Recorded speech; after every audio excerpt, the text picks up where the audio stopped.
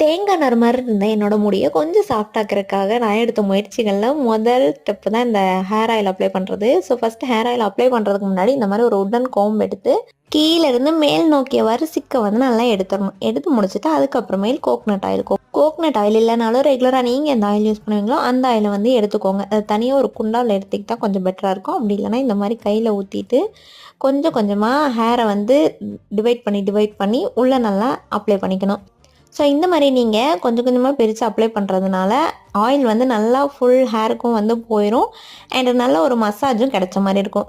So மேலே நல்லா oil வச்சதுக்கப்புறமேல் கீழே வந்து வைக்காமல் அப்படியே விட்டிங்க அப்படின்னா இந்த மாதிரி ஸ்ப்ளிட் எண்ட்ஸ் வர்றதுக்கு நிறைய சான்ஸ் இருக்குது. ஸோ ஆயில் எப்போல்லாம் வைக்கிறோமோ அப்போல்லாம் கீழேயும் வந்து ஃபுல்லாக வைக்கணும்.